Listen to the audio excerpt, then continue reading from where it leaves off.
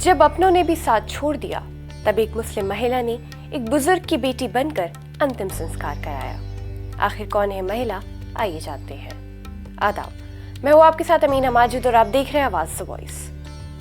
मुहर्रम 2026 के दौरान देश के कई हिस्सों से हिंदू मुस्लिम भाईचारे की खूबसूरत तस्वीरें सामने आई। कहीं हिंदू समुदाय ने ताज़िया निकाला तो कहीं शिया अलम के जुलूस का स्वागत किया गया। इसी बीच केरल के कासरगोड से खबर सामने आई। ये कहानी है 64 साल के नारायण की, जो कैंसर की चौथी स्टेज से जूझ रहे थे।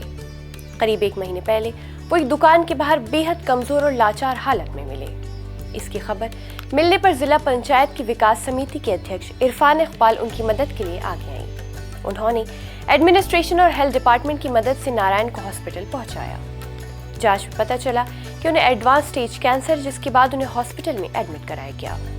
डॉक्टरों ने पूरी कोशिश की, लेकिन आखिरकार उनकी जिंदगी को नहीं बचाया जा सका और परिवार ने भी उनका शव लेने से इनकार कर दिया। ऐसे मुश्किल वक्त में इरफान इकबाल ने एक बेटी की तरह जिम्मेदारी निभाई।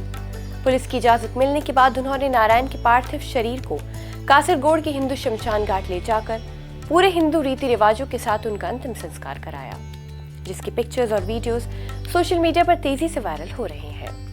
लोगों ने इसे इंसानियत, भाईचारे और सामाजिक जिम्मेदारी की मिसाल बताया।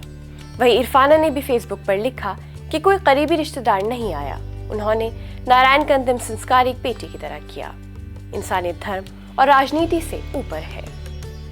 उन्होंने ये भी कहा कि उनकी संस्था पहले भी कई लावारिस लोगों को उनके धर्म के अनुसार अंतिम संस्कार करा चुकी है और आगे भी जरूरतमंदों की मदद करती रहेंगी। ये घटना याद दिलाती है कि धर्म, जाति और विचारधारा से ऊपर अगर कोई रिश्ता सबसे बड़ा है तो वो इंसानियत का रिश्ता है। जब अपने साथ छोड़ दें, तब एक अजनबी का बढ़ाया हुआ हाथ ही सबसे बड़ी उम्मीद बन जाता है।